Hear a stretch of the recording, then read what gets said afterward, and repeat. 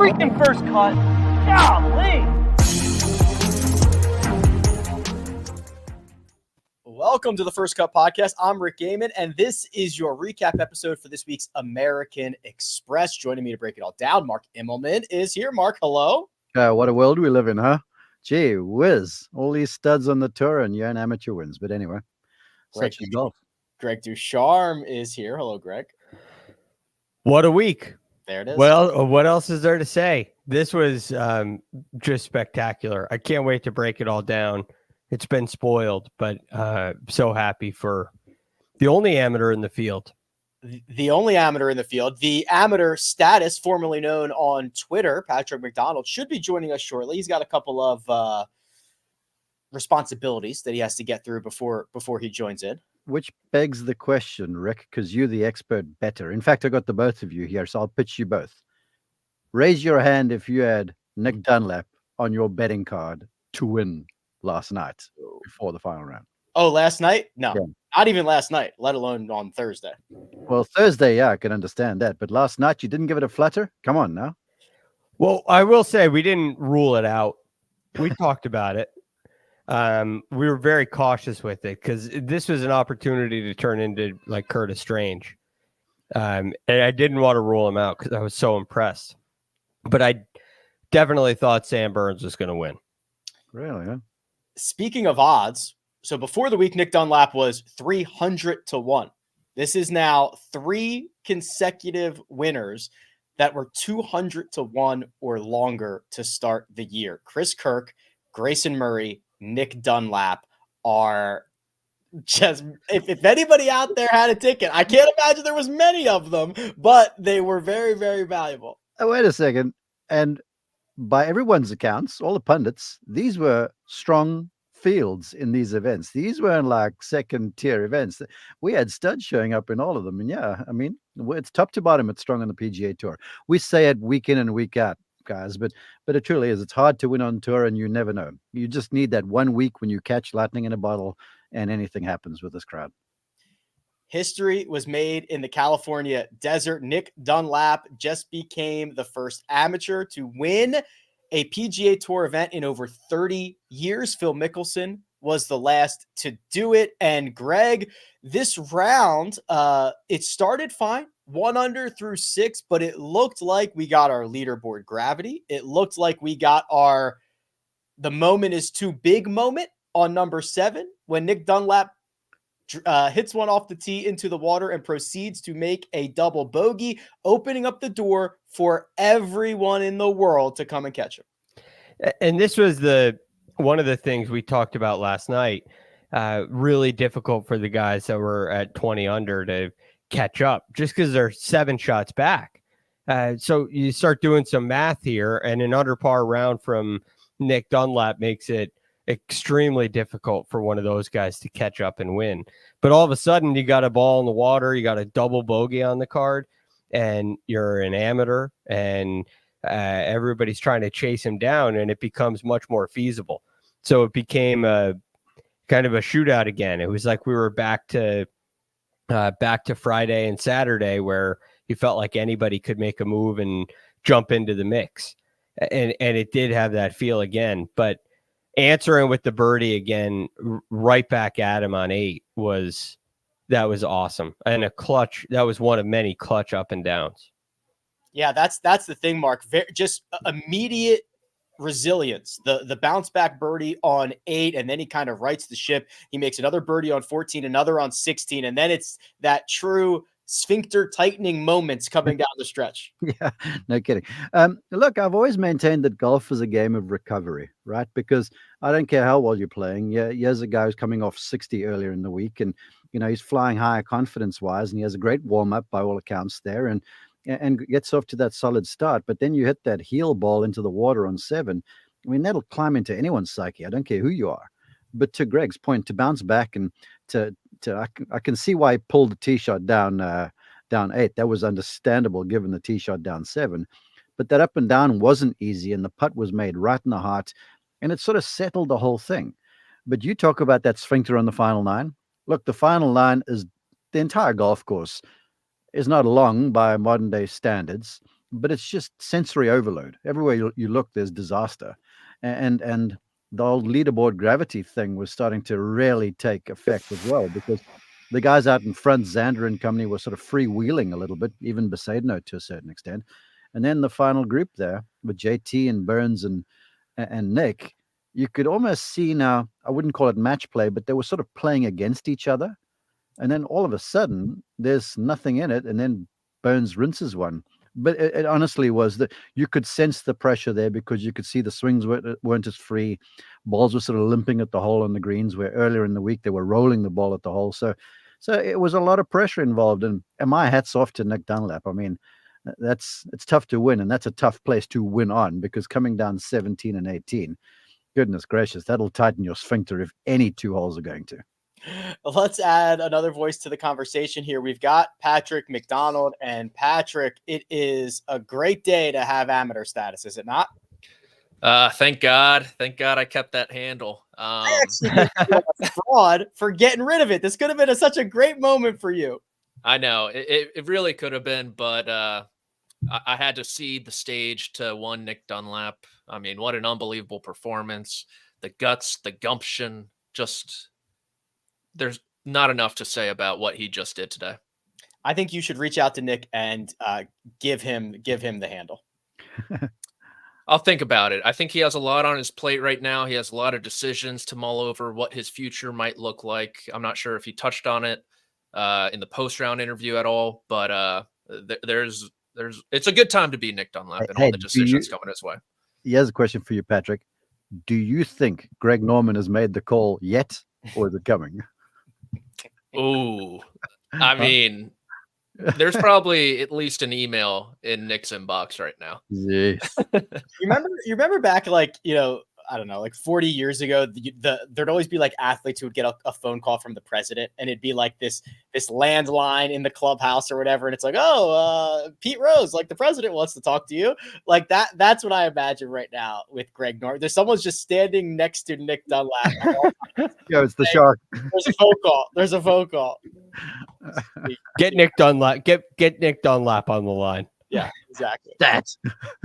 So let's talk about those last couple of holes here, because Sam Burns, it was basically Sam Burns. It was Nick Dunlap. Sam Burns rinses one on 17.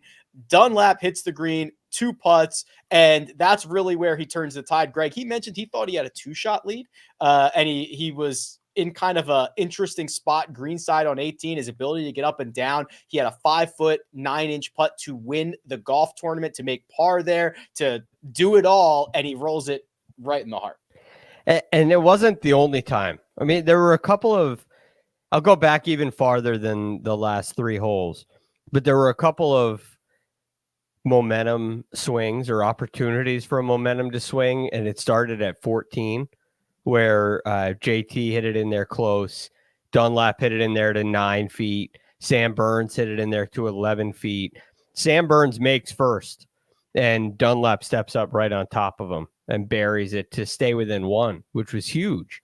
And then all of a sudden you get to 16, and Dunlap hits a chip shot that runs a little bit farther by, a little farther than you'd expect, and buries it right in the middle. Sam Burns was probably a little cautious on his 3rd shot there and wasn't able to make birdie. So he catches him by 16. Now it's game on, and Dunlap has the tee. So I thought those 2 putts, the putt at 14 and the putt at 16, were huge for the momentum.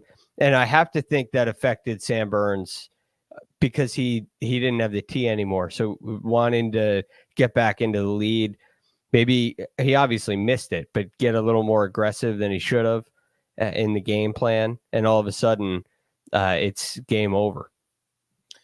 Patrick, you mentioned the many decisions that Nick Dunlap has ahead of him. Let's lay some of these out.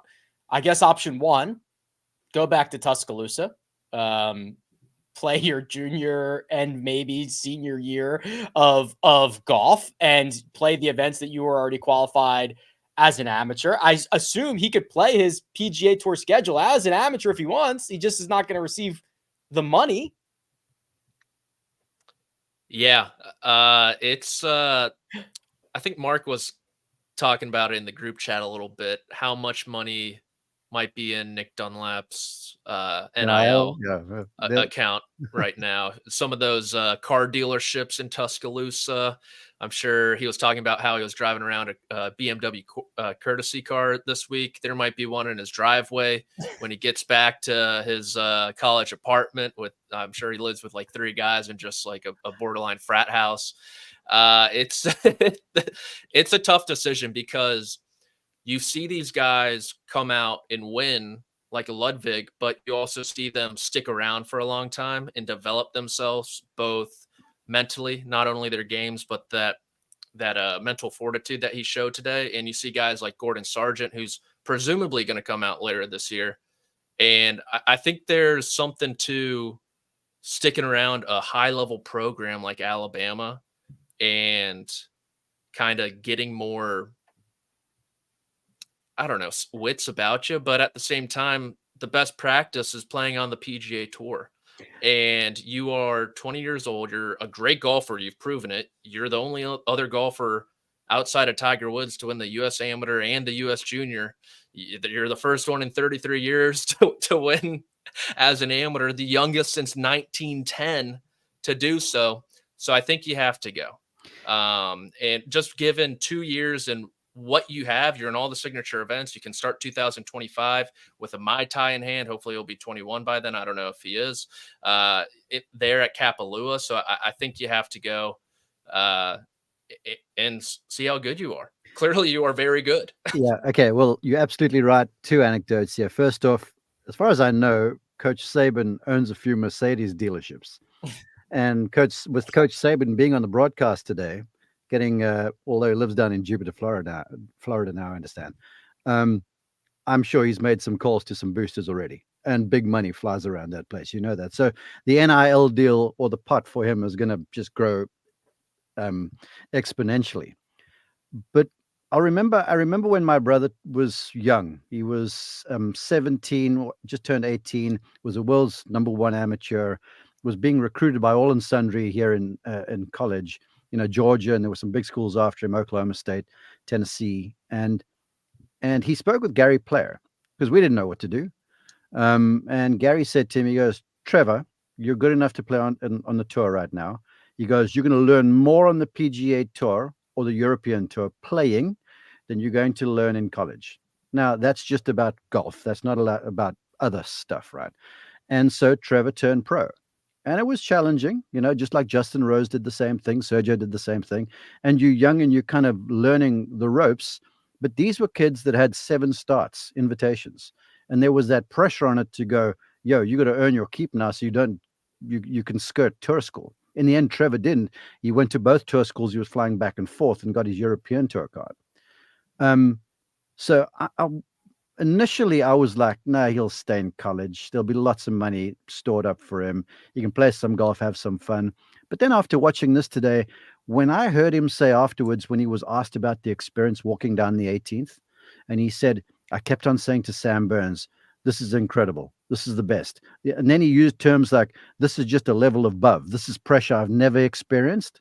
I'm like, this boy's going. The only place he gets to go right now with his game is higher. And you only really find out who you are as a player when you take that next step into the deep end. So whereas I was like, he's going to college, I think I'm with you. I think he turns pretty soon. No offense, Greg. The facilities at Alabama are great. That level of college golf is awesome. That level of amateur golf is awesome. But this is like flying first class and trying to go back to coach. It is very tough to do. You're a winner on the PGA Tour. Hey, this is easy. I get to play in everything. Let's go. More of this. What are you going to do? Go back and carry your own bag at tournament?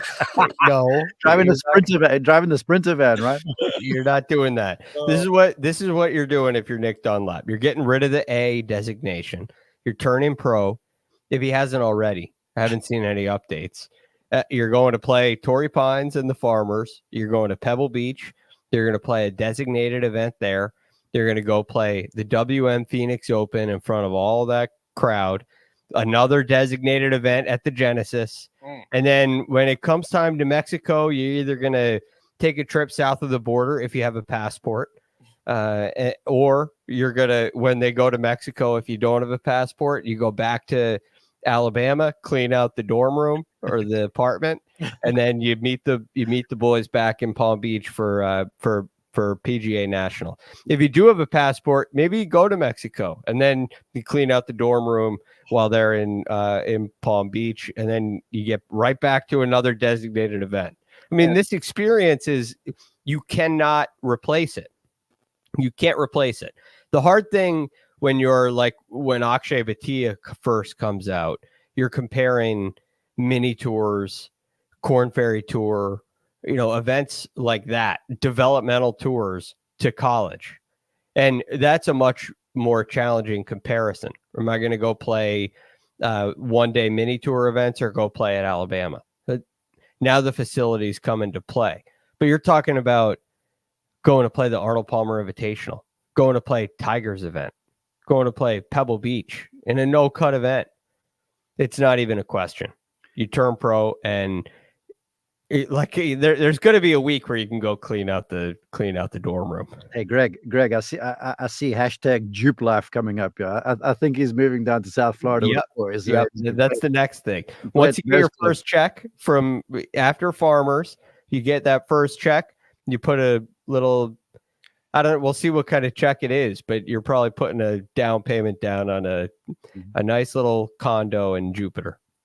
Yep. Well, Patrick, the good news is that he will be 21 just before Maui next year, because he will turn 21 on December 23rd of this year. He just turned 20, which is very, very sick. Congratulations, Nick Dunlap. We will not be hearing the end of you. I'm sure we'll be talking about you quite a bit moving forward. Let's put a bow on the rest of this final group, because that's where the expectations from odds makers and from everybody that this tournament was going to be decided. And it looked, Patrick, like Sam Burns had this thing under control. He was 5 under through 14, and then he kind of just starts losing oil. He pars the par 5 16th. He makes double with a ball on the water on 17. He makes double with a ball in the water on 18. And when the dust settles, it's not a win. It's not a runner-up. It's not even a podium. It's a T6 for Sam Burns. He looked really good early in the first, you could say 15 holes even. And the 3-shot swing on 7, when he, walks in that birdie putt, Dunlap still has, 2.5 feet left for par. He kind of gives him a little glance like, hey, welcome to the show, kid. Like, let's go. we got 11 holes left. You and me, we're going to figure this out. And then he comes back. He doesn't birdie the 8th, which he's probably disappointed about. Dunlap does, grabs back the 1-shot lead, but he comes back. Really nice putt on 10, converts one on 11, a really big one before Nick makes his on 14. But then you go the last 3 holes, his last, 3 straight full swings, a wipe to the right from the fairway, a wipe to the right with a short iron, and then a double cross left off the tee. And it was just like quick. It was a quick death. It was very, very, holy crap, where did this come out of? Where did this come from? But it shouldn't dampen what was a really good week for Sam Burns. And we talked about this a while, Rick. The guy typically closes, which I think is why it was so surprising. Because when he is in the mix, Sam Burns has found a way to win. And that can't be said for a lot of players on the PGA Tour. So I think that's where the shock factor comes from. Obviously, the manner in which it happened with the double bogey finish isn't great. But look, is there more pressure as a 20-year-old to win on the PGA Tour? Or is there more pressure to be the guy who doesn't beat the 20-year-old on the PGA Tour? I want to say this, and I'm now thinking about like a golf instructor about this thing, because I'm sure he's going to have words with said golf instructor when the dust settles a little bit. And you reference those wipes and then the pull, Patrick. It's kind of always been Sam Burns' MO, because the power he generates is out of a wicked rotation out of his body through the ball. And where a lot of golfers like a McIlroy or the real fast ones, they do that sort of through the lumbar area in the middle of the body. That gets the sequencing down. Sam is really strong through his shoulders. And if you watch him up close, he pulls really hard with his upper body through the ball. So at times when he's a little off, and that was sort of happening last year when the ball striking went amiss, is that club gets just a little late to his pivot. The face is hung open, so he hits that brushed cut. And then when you square one up, then all of a sudden you got the two-sided miss going. And I've always kind of felt, even though I've called him a lot and you watch him hit, and it's kind of biblical in a way, that every shot he's over, when he's at full flight, it's just majestic. But you're kind of waiting for that big right one to show up. And sadly, when he hit the second shot that he wiped off to the right-hand side on 16, I looked at that and I was like, oh, shucks. But then I justified it in my head going, well, you got that massive bunker down the left-hand side, so that's kind of the professional miss. But then to stand there on 17, no wind, ball on a tee, to wipe it off to the right-hand side. I mean, we could argue perhaps he's now playing offense and trying to attack that whole location. But the truth is you don't. Even though with a short iron, you hit that to 20-something feet and you let your putter be the star, especially if you burns because he putts so well. So I was like, yikes. And then when he brushes it in the water and then hits the pull off 18, I was like, okay, golf swing has gotten better. This is a lot to build on, but there's still a little time needed in the oven over here because it's not completely there. The other man in that final group was Justin Thomas, Greg. And I think early in the round, it was a lot of missed opportunity. On number one, he hits it to 19 feet, doesn't make the putt. On number two, he hits it to 11 feet, doesn't make the putt. Third hole, 22 feet. These are not gimmies, but he's not getting any momentum here. The fourth hole, he hits it to 10 feet, doesn't make the putt. He doesn't make birdie on the par 5 fifth. I mean, it was just a lot of very early missed opportunities. He got himself behind the 8-ball before they even made the turn, and it was just too little too late with 3 birdies over his final 5. Yeah, it was just not enough. He needed something to fall. But real quickly on Sam Burns, he didn't have a 5 on the scorecard in his first 45 holes and finished 5.56. So I mean, that's a little bit of leaderboard gravity if I've ever seen it. But anyway, back to Justin Thomas. Yesterday, Justin Thomas had 21 putts and shot 61, of course. 21 putts. That's an area of weakness for Justin Thomas. And if you're looking at the model, Rick, heading into, if you're basing it off of one day, who's going to perform well the next day, it's very predictable that you have a regression with the putter, with the flat stick. That's exactly what happened for JT. So unfortunately, he was 4 shots back heading into the final day. If he had been tied for the lead or in the lead, this start might have been manageable. But chase him by 4, and then all of a sudden you're 5 down when Dunlap makes his first birdie. You're just treading water and you're stuck. So he hit a lot of really good shots, but unfortunately couldn't keep the putter hot, and that's what did him in. It wasn't a mistake. Like, I guess he did make a mistake at 5 and a big mistake at 11. He hit it in the water on 2 par 5s. That's really costly. But all in all, it's the putter that did him in. I'm with you. And those 2 par 5s you speak of, both those were long irons in hand. And if you go back and look at the swings, it's almost like if he could have reversed those 2 swings and made the swing down 11 on 5, I think it is, or yeah, it's the 5th hole, he would have been okay, because then he hits it left on the green and then he likely chips and putts. And if he hits that skinny right like he did on 5 on 11, then he's okay. So, I looked at him and he made some iron swings throughout the week that were just glorious. But today you talk of leaderboard gravity, and you made the quip with Sam Burns. There's one thing, this, Greg. The one thing I know for certain is that pressure exposes weakness. And I'm not calling this weakness, but, when you get in the final group, it just hits different. And both Sam Burns and JT are in the throes of kind of finding their golf swings a little bit again. And both have done yeoman's work and they're on the way. But today was, it just feels different out there.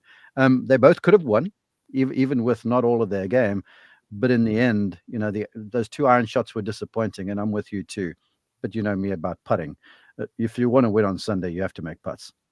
Yeah, and just one thing on Justin Thomas, proximity-wise in 2022 from over 200 yards, he was 10th. He dropped outside the top 135 in 2023.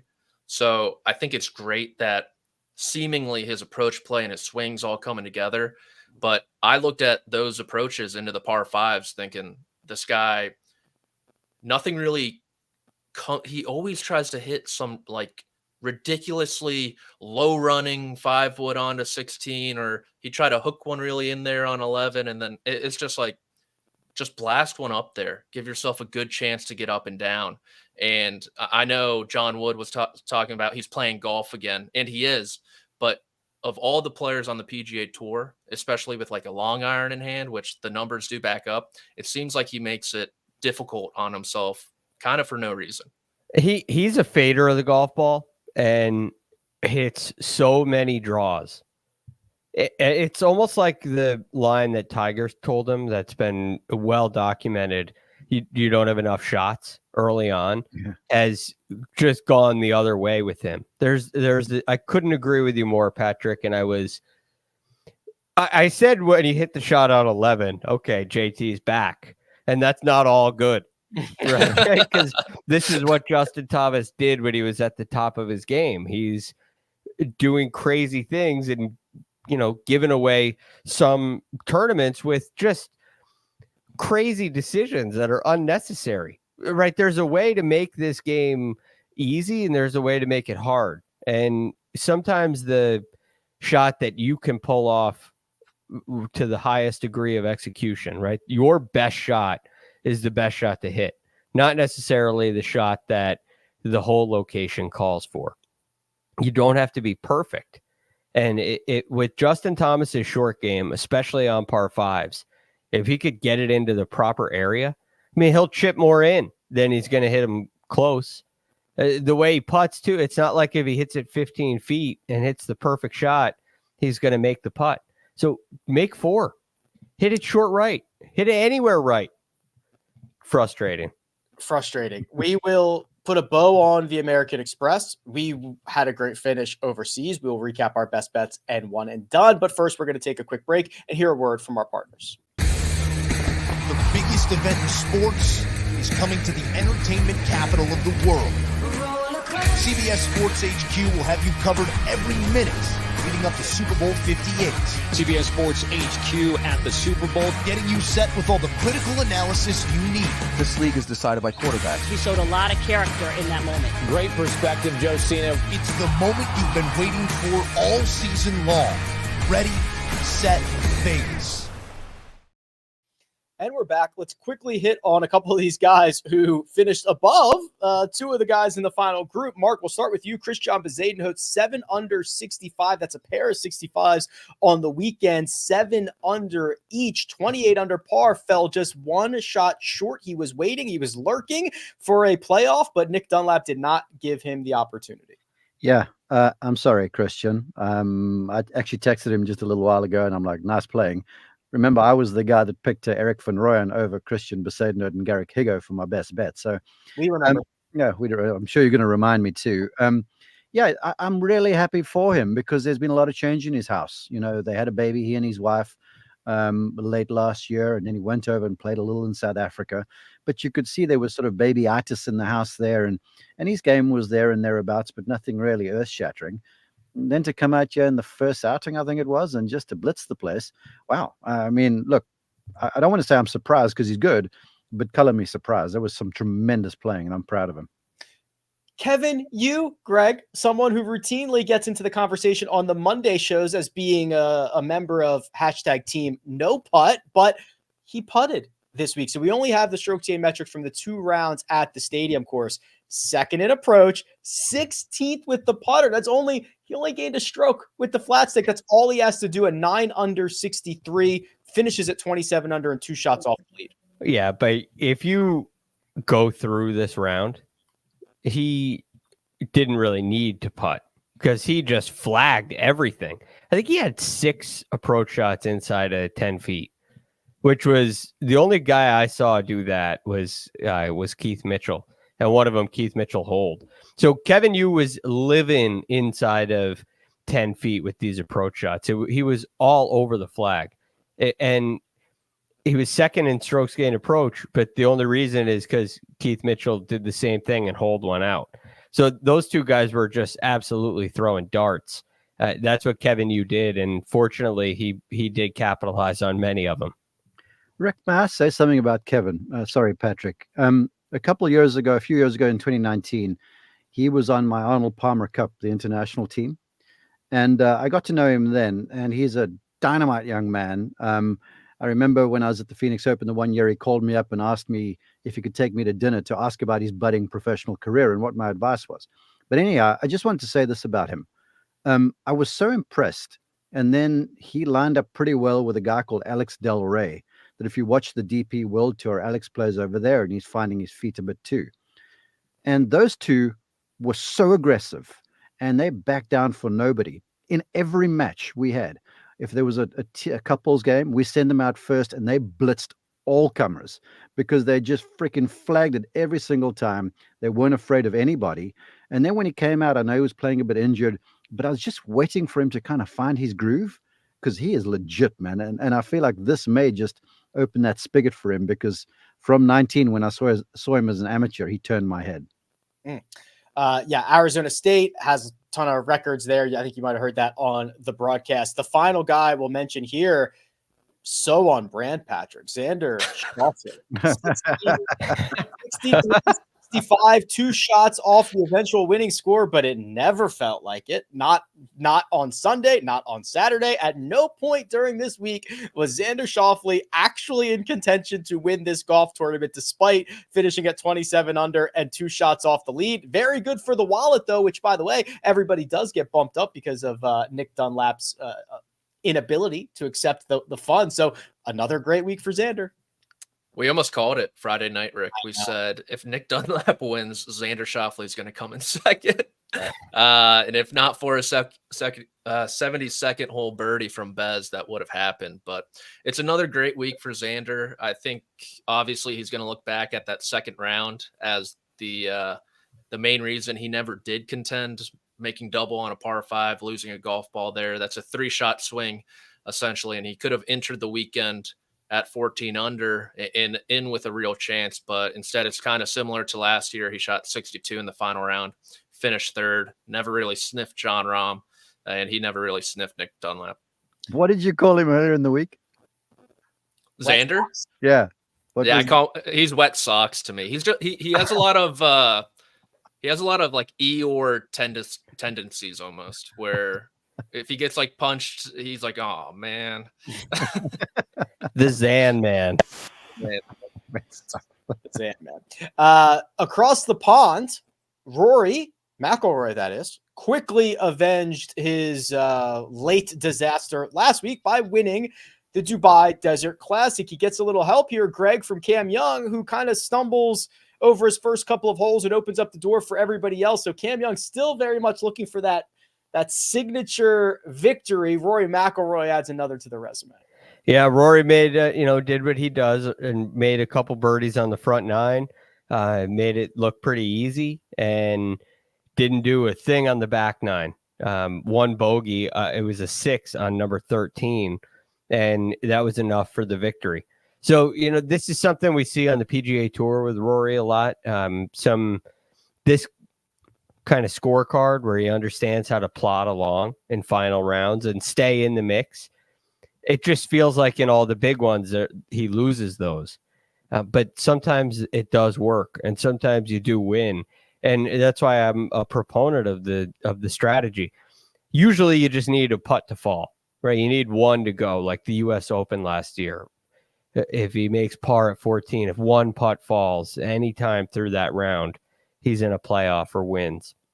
And this, none of that really happened, and he's still able to get the victory for his 4th Hero Dubai Desert Classic.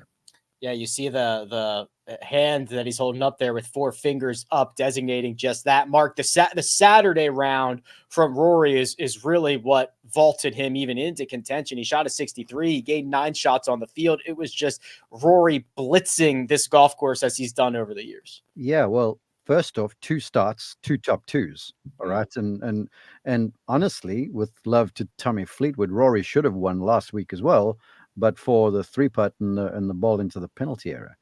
But anyway, I mean, that round you speak of, I was struck by his comments afterward, because in rounds 1 and 2, he kind of looked lackluster and nothing was really happening. And he was just languishing down the field. But I'm hoping that this is helping him to realize that he doesn't have to have his best to win.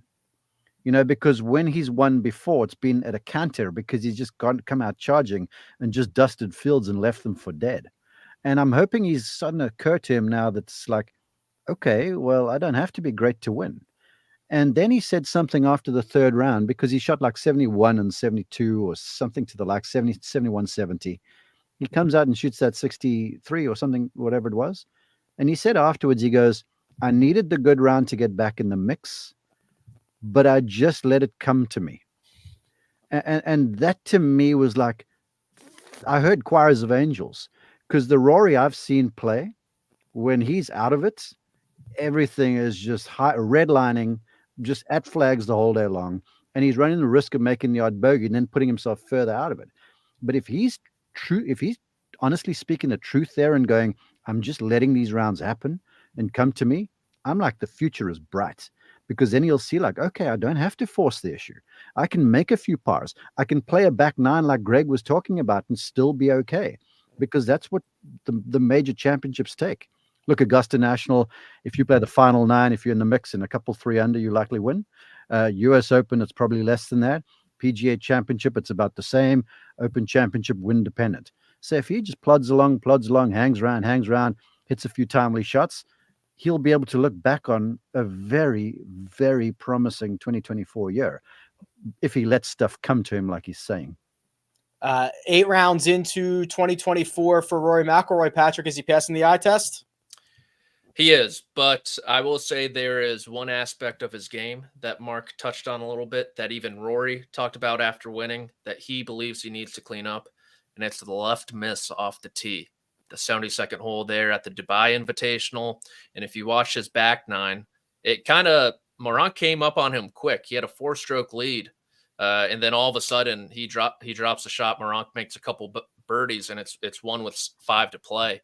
And he got away with, I think 2 or 3 drives, all left on the back 9 this morning. And to, Mark's point, he kind of just knew what score he needed to shoot to win. He also said on Sunday that he thought Friday night, if I shoot 67, I'm going to win this golf tournament. And he ended up doing one better than that and winning by 1. But also to Mark's point about like needing that shot to get over the major hump and whatever, he kind of got a couple of those around the turn. On 8, he made up a 30-footer.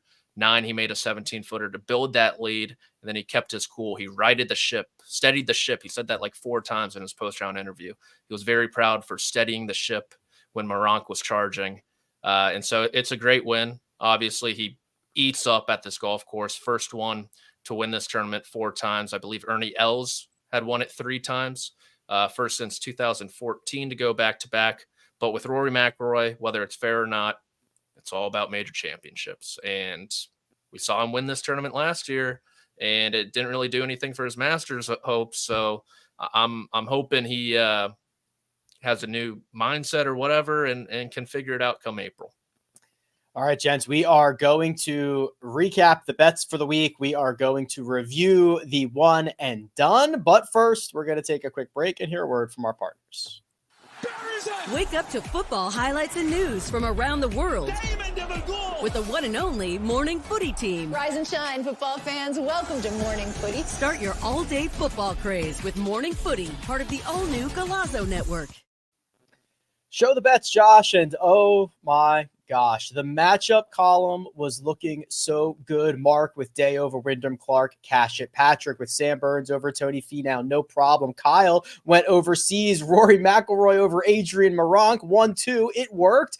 And Si-Woo Kim over Tony Finau, which I was positive, Greg, that this won. Si-Woo was in contention all week long. Finau stunk. I was trying to pick on him. I thought we had this. Si-Woo Kim finishes bogey, quad, bogey to tie and push. Oh my good! And he made a double earlier in the round too. Oh yeah, made a bunch of birdies. The quad. I didn't even see. I don't know what to say. Maybe did he start putting with his hybrid again? He made a quad on 7. Here's how the shot tracker reads. Shot 1, 163 yards to rock outline. 2 feet. Hold on. 2 feet to rock outline. 3 feet to rock outline. So he tried it a couple of times. Yeah. Tried it a couple of times. Then he took his drop, which he then has to go back to the drop zone. So he goes back to 99 yards. He hits that to 5 feet. Vintage Siwoo. Misses the putt and taps it in for quad. Did he break his putter afterwards? No. I'd like to think so. I hope he broke his wedge. Live by the Siwoo, die by the Siwoo. It's brutal. Oh, poor Alec had him in one. That is just so painful. Six shots to par given back over the last 3 holes is not high Tony Finau. At least it was a push. But, yeah. Wow. That's a terrible push. That's like a loss. I mean, it feels like it. Yeah. Certainly feels like it. Kyle got us a W in the finishing position market with Adrian Meronk finishing inside the top 20. So he got the exact scenario that he needed. Rory to beat Meronk, but Meronk still finished inside the top 20. It was very, very sweaty, but he got the job done. We did not, believe it or not, none of us had Nick Dunlap as our winners. What are we doing? For the record, I was one tournament too early. I bet on him in the Bermuda Championship. He missed the cut. I decided not to bet on him this week, so he would go on to win. So kudos to him and myself as well. Good. Pat yourself on the back. We did get one best bet, Ryo Hisasune, to finish inside the top 40. He finished T11. He's playing phenomenal golf. Now, Patrick, I believe we already covered this on, I don't know what that was, Thursday or Friday, but the heater is over. The run has finished. Your positivity parlay has been upended. Sung Jae Im and Tom Kim, Jason Day to make the cut. Tom Kim missed the cut. The good news is now you get to start a new streak. Exactly. That's a great way to look at this, Rick. There are 2 ways I could go. I could start going negative and start doing miss the cut parlays, but I won't. This has been a good run for me. Unfortunately, it comes to an end. Unsurprisingly, it is at the hands of Tom Kim, my mortal enemy. I just can't seem to figure that guy out. And we're on to Cincinnati. What's that betting thing you learned from? I learned from Rick that I've forgotten already. What did you do? Yeah, we'll be doing 4 players next week, Mark. Okay. That's for sure.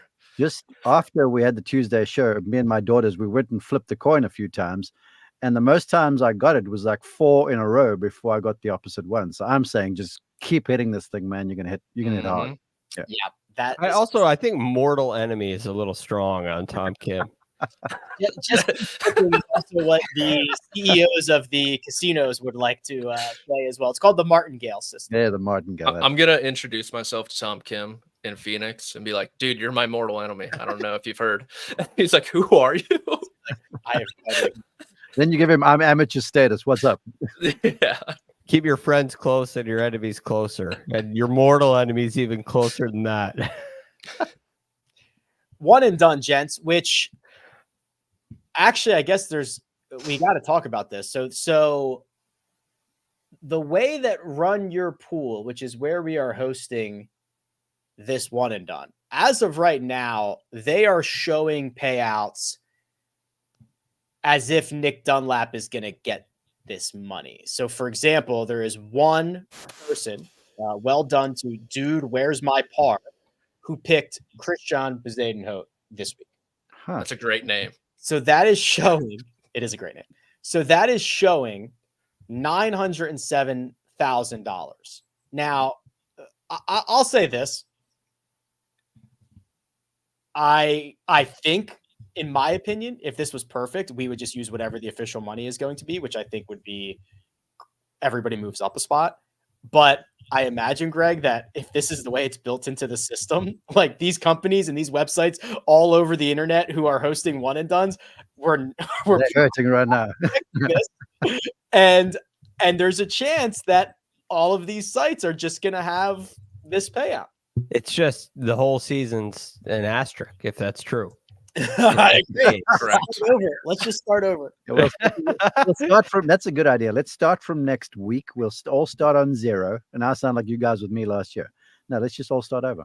Well, if we're going to do that, Mark, we're going to have to get a new site. So you might miss the first week again. All I will say, and I'm just trying to get out ahead of this, do not email Josh about this. Do not email me about this. Whatever is on the website is what we're doing. We are not going to make a ruckus. We're not going to, in 40 weeks, don't come back and say I'm owed an extra $800,000 from Bezay. I don't care. Do not email anybody about this. We will do what is ever on the website. But I just want to throw this out there. Oh, boy. Because people who are in leagues like this, they're not just doing it for the giggles. I'm sure they're in their own little pools with their buddies, and there's money on the line for this thing. So, it has to be reconciled somehow. Well, if they're playing in leagues like that, there should be a rule for this situation. Yep. There should be something that says it is tied to the. So I believe the way that I have it written up in mine is that it is official money. So that means if you hit a shot at the old WGC and then withdraw, you got the $50,000. Yep. Always. It's like whatever the official money is. So I agree with you. That's how it should be done. But it's a good rule, Rick. And if that's the rule, that's the rule. But at the same time, Christian didn't win. So don't come complaining about not getting first place money when you came in second. Okay. Yeah. So so there's a couple ways you could look at this. Yeah. My whole point is don't email Josh. Right. Well, Rick, I do want you to answer this question for the viewers and the listeners, because this was something I wasn't too aware of. And at the top of the show, before we went hot, I was like, what about the FedEx Cup points list? Because the money's great, but for these guys, they're trying to get in the Aon Swing 5 and the top 10 and the next 10 and the top 30 for East Lake. And Patrick, you know the stuff. So what about the points? Now, what happens with the points this week? What about the FedEx Cup points? Asked Mark. Important stuff. I believe. Yes. I think we settled on Nick Dunlap. The points stay the same. Nick Dunlap gets 500, though he gets them as Greg, non-member points until he becomes a member. Right. That always happens. Like if Gordon Sargent plays in a PGA Tour event and comes in 7th or 40th or whatever it is, the points he earns go to him. They're just not in the official. The points isn't necessarily a purse. It's not like a purse that has to be divvied up. So if they go to non-member points, they go to non-member points. Now, this hasn't happened in the FedEx Cup era, but those points will go to Nick Dunlap. And when he turns professional and is now a PGA Tour member, I did say when he turns professional, he's going to have those points. And and he's automatically qualified for the playoffs, because remember, we've had situations before when non-members didn't win. Remember, Spieth held the bunker shot at John Deere to get the win, to take all those points he had earned to get into the playoffs. So, yeah, if he does turn pro, he's automatically in the playoffs now. Yeah, and it's a sneaky part of when he decides to turn pro. So the higher status. We talked about this on this week's show. Grayson Murray is number 1 on the Aon Swing 5 right now, right? Because he won. Before the week, yes. So that means Nick Dunlap would be number 2 on that swing list. And then you have Bez and whoever. But if he doesn't decide to turn pro before Pebble Beach, that opens an extra spot in the Aon Swing 5. Yeah, but if you win, then you're in those all 8 signature events anyway. You're in the rest of them for the year. You are, but the qualifying criteria or whatever might not get it. The Swing 5, it takes precedent over winning an event. So Grayson Murray's on the Swing 5 list, taking up a spot.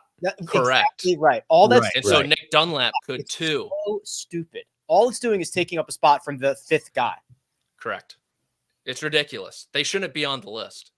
Let's use a little common sense here. If you accidentally put it as a higher criteria, whatever, that's insane to begin with. But if it stopped right now, Grayson Murray and Nick Dunlap, who are in these events because they won, would mean that only 3 others would get in instead of 5 getting in. Correct. Okay. Now, Yeah, okay, but I'm going to change the subject, and this is just because we're missing our good buddy Kyle Porter. Because knowing Kyle, he would have brought up some Ryder Cup conversation or something from left field. So Kyle would ask you, Rick. He'd go, Rick, I'd like to know what you think. Does Nick Dunlap make it on the next US Ryder Cup team? President's Cup team, go. No. All right. I just think that, listen, it looked easy this week. I have a feeling that, no offense to Nick Dunlap, I know that he is on a short list of 2 with Tiger Woods. I am not convinced he's the next Tiger Woods, because no one is the next Tiger Woods. So no, he's gonna, but I now, think he's gonna find some struggles like all golfers do, and it's not gonna be this easy every single week. but Spieth got a pick for the President's Cup, remember, from Captain Stricker. Yeah, and Spieth turns into a Hall of Famer. Yeah. We'll see. May I give a shameless plug? I hope so. Yes. Yeah. Folks, fans, viewers, tomorrow morning, my podcast with the aforementioned Jordan Spieth drops. Go search for On the Mark with Jordan Spieth. It's a good one. Really. You know, Mark, I'm not even sure you need the shameless plug, because as I was watching golf this week, a little thing shoots up out of the scoreboard and says, check out these podcasts, On the Mark and Talk of the Tour with Mark Immelman and John Swantek. So you're a scoreboard animation. And you know what? I can't even get enough votes to be on a podcast vote like the first cut. What's going on? It's all crooked. There it is. It's all rigged. The whole system is rigged. Hey, Mark, let's turn the tables on you. If you were, I don't know, if you had ties to the international team somehow, would you want the U.S. team to use a captain's pick on Nick Dunlap? Probably. By the way, Mark, we haven't asked you about. Well, his match play record's very good, judging by the U.S. amateur and stuff. That is true. Okay.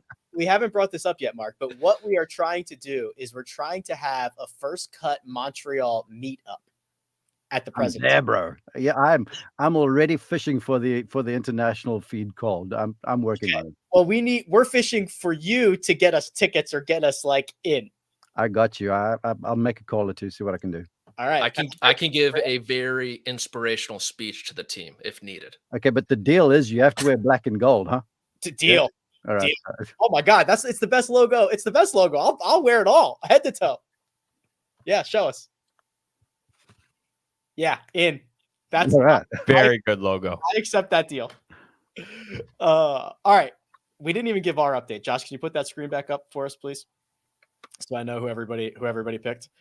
I know that there were 3 selections for posted. All right, here we go. So we'll start with Greg and Patrick. Sungjae Im 60,107. That was actually kind of worse than expected, boys. Greg, we'll start with you. It was a 71 on Sunday. He dropped 13 spots to T25 and made a double on 11 and cost you some cash down the stretch. And no birdies after that. I mean, it's not quite like Siwoo Kim. Okay. So that makes me feel a whole lot better, but this is disappointing. Sungjae should have finished probably T9, and he finishes T25. It's disappointing and ends my top 10 streak of 2. So I guess like Patrick's positivity parlay streak, this is when we start a new one. Patrick, does it make you feel any better that my guy, Eric Cole, also sank like a anchor and dropped 16 spots from 5th to T21 thanks to an even par 72, and I got barely more than you did, 90,720? No, Rick, it doesn't. This is all about self-improvement, improving the man in the mirror. If that includes, you improving yourself as well, that's great and dandy. I don't like to see my peers go through the anguish of a final round. Just, oh man, I can't believe he doubled 11, Sungjae. I cannot believe he doubled. I was watching it on Shot Tracker. I was like, what is this guy doing right now? and he was making a 7. That's what he was doing. And like Greg said, this was probably worst case scenario. But farmers, I think, will be kind to us. I'm in a little bit of a mental warfare with myself on who to pick. I'd go with Nick Dunlap. Don't try me, Greg. Biggest earners of the week, Mark. producer Josh and Kyle, who was off to a very good start in this one and done, all with JT Poston, 193,000. It wasn't even a banner day for Poston either, Mark. He went in the wrong direction. He dropped 6 spots down to T11, but still got you over 6 figures. Yeah, and my results are trending upwards. So, look, I think I actually came out here a little lucky because I'd mentioned, whereas last week I was thinking Ben Arn and went the other way. I went with Chris Kirk. This week I was honestly feeling Tom Kim, but I thankfully went with JT Poston. So I got out of this one kind of unscathed and kind of trending right now. So looking forward to, well, actually I'm not, because it's so hard for me personally to handicap the Poanio events. And these events at Torrey and Pebble Beach and Riviera, they're so hard for me to call. So I'm just hoping to get through this West Coast sort of with a little bit of a forward trend, and then Florida swings when the big boys show up. Next week, hit the ground running, because it is a Wednesday start, which means we will be going Monday, Tuesday, Wednesday, Thursday, Friday, Saturday, 6 days in a row, which means, hold on a second, which means we will pod 10 straight days, right?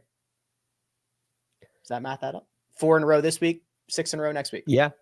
6 + 4 is 10. Okay. That math checks out. Patrick is doing me a big favor by hosting the show on Saturday, which he has already agreed to, which is much appreciated, because I'm going to go down there. I'm going to go down there Wednesday. I'm going to go down there Sunday, and I'm going to Saturday, and I'm going to go down Sunday because the APGA event is running opposite and Wyatt's playing. So I'm going to go check that out. Are you and Mark going to hang out? Yeah. We're definitely going to try. I fly out there Wednesday morning. We've got, meetings and rehearsals. It's the CBez first one of the season, so a big deal. We've had all of our Zoom calls and stuff, and everyone's amped for it. We're going to have Master Nance over at the AFC Championship game again, so he won't be on site. So there's a lot of pre-broadcast rehearsals, but Friday, Saturday was cool. It was very cool last year, and it's going to be cool again this year. And I love Torrey Pines. I look forward to seeing you, Rick. We've kind of got events in the evening, but I'd love to perhaps catch up for a drink after the tournament or something before I catch the red eye back east on Saturday night. Yeah, no problem. Works for me, or I can come find you, or both, Saturday before you guys go on air. But yeah, we'll figure it out. Anything else for next week, or anything else that I missed for this week before we get out of here? Oh boy. So there is at least one. Josh is showing a screenshot right now. I've not seen this yet. There's at least one Nick Dunlap ticket out there. Someone placed a $10 wager on Nick Dunlap at 500 to 1. Greg, check my math again here. That would be $5,000. Let me look that up. Click, click, click, click, clack, clack, clack. Yes. Okay. Man, Greg, you're in the lab tonight, man. Here's the fun part. Ty, who is the person who has this ticket, cashed it out for $149 after round 2. Golly. Life-changing money for some, Yeah, it's at least like week-changing money, right? Like you can go have a little, go have a nice dinner or something. It's a night changing. Well, anything else? No, I'm excited for you guys to hang out next week. Farmers, many people believe it's the start of the PGA Tour season. I think that's tough. We'll get the obligatory picture with the Pacific in the background and the sunset. We'll send it to the group chat. Yes. I will not be jealous. No, not at all. Come on, Patrick, fly it. Come on. Phoenix is enough for me for my West Coast. Hey, Patrick, according to Twitter, Torrey Pines South is not a great golf course, so you're not missing anything, really. Oh, Mark, do not get me going on the course architecture freaks out there. Are you going to Phoenix, Patrick? Yeah, I'm going to Phoenix. Tuesday through Friday. Wow. Big news. Yeah. Flying out there just to personally meet Tom Kim and then flying back to Charleston. Hopefully he's in the field. I don't know if he's in the field. I wish it was the weekend because I would come, but I hate that Vegas has the Super Bowl and that is up against the Super Bowl because I've got to be in Vegas for at least until Friday. Maybe I'll jet over for the live event. Yeah. They're going I love LVCC. They're going Thursday, Friday, Saturday, I think. So is Nick Dunlap on the Smash golf team in Vegas. Well, there is a team that we're like a week away from that season starting. There's a team that does not have a fourth member yet. Well, Ram's looking for a team, isn't he? Legion 13 or whatever they're called. And the Cliques, right, Patrick, are still 3 men. I did not know that. I'm pretty sure.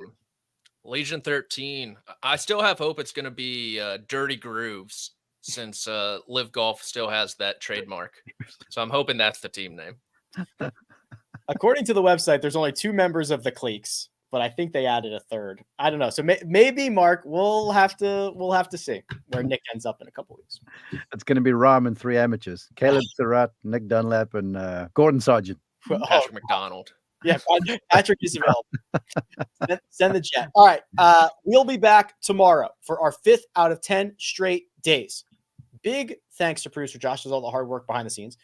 You can find Mark Immelman on the Mark Podcast and Mark _ Immelman, Greg DuCharme at The Real GFD, Patrick McDonald at P McDonald CBez, and you can find me at Rick Run Good. This has been The First Cut. We'll catch you next time.